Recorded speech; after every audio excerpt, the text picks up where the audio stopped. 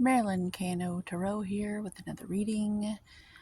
This card traditionally gets people to think that they're overwhelmed and confused. Like it gives most tarot card readers the, they like tell people that you're going to be overwhelmed and you're not going to be able to choose. I found a secret though. Today, instead of the Seven of Cups, I decided to shield myself from this one. This one that I'm shielding represents to me um the devil. Um Not the devil. Where your temptation, like what you're tempted to do out of selfish, non-productive for the group reasons, like self-serving, like drug addiction, sex, pornography, all the stuff that gets people into a path leading them to a really lousy time later. Like, say you were sowing seeds and you get really shitty crops, all that stuff. They say you go to hell, but really you're like, oh, still alive. You're either going to heaven while you're still alive, or you're going to hell while you're still alive. Uh, or you live on top of a mountain in a sanctuary, and you basically just stay on a mono state. I don't know. It's something to think about. But what I did this morning was I covered that up, and then I began to look at the other cups, and it's easier to see them when you remove these bad habits from your life. I don't follow the Bible, but I was raised to know about it. And so a lot of people would complain about all the rules and everything, but really they were just good guidelines and good suggestions from wise people who cared about the quality of life for us all.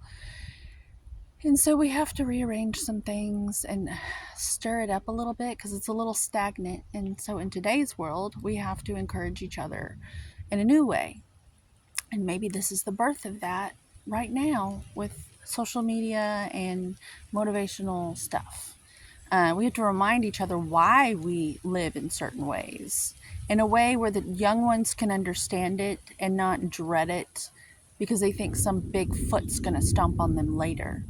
It's their own foot that's going to get hurt. Your own spirituality is your responsibility, and it's your own path. And that's what this card represents today.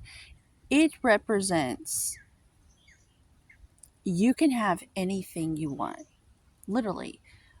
Wish wisely, go with the flow, but you can have anything you want.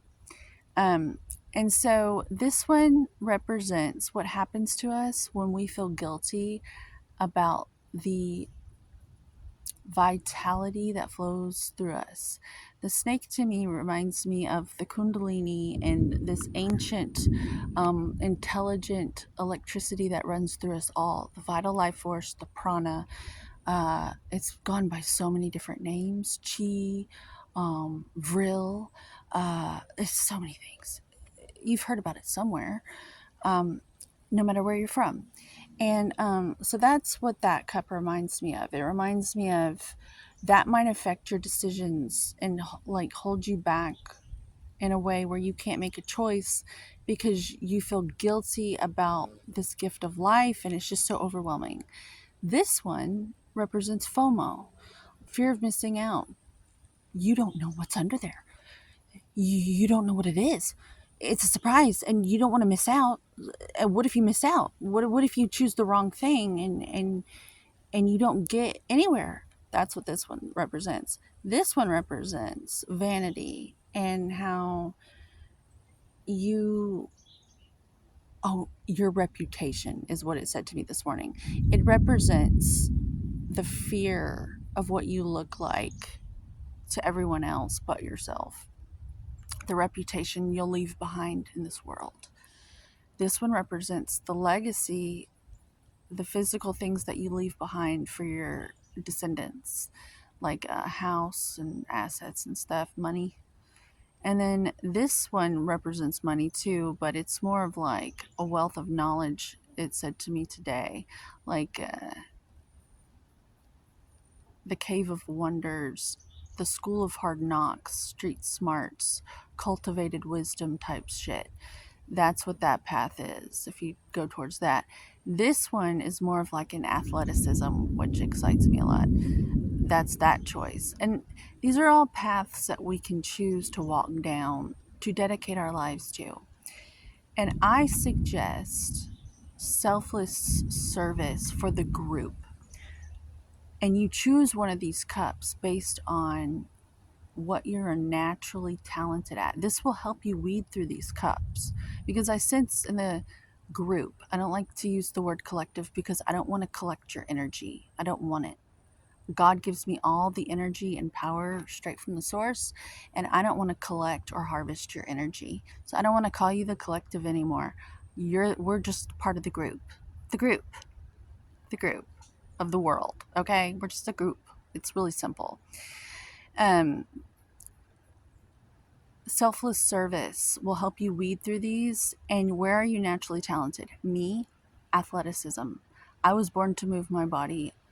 I have to do it, or else I get depressed and sad. And like, I'm like an animal. Like, you don't put a horse in a tiny little thing. Everyone knows this. They have to move their body. In fact, you have to train them if you're going to keep them like in any sort of a cage. I can't be in a cage, okay? That's me. Or I'm like one of those hyperactive sheep dogs that do all those tricks, like a border collie or something. I have to move. I have to. Like, so this is helping me on my path.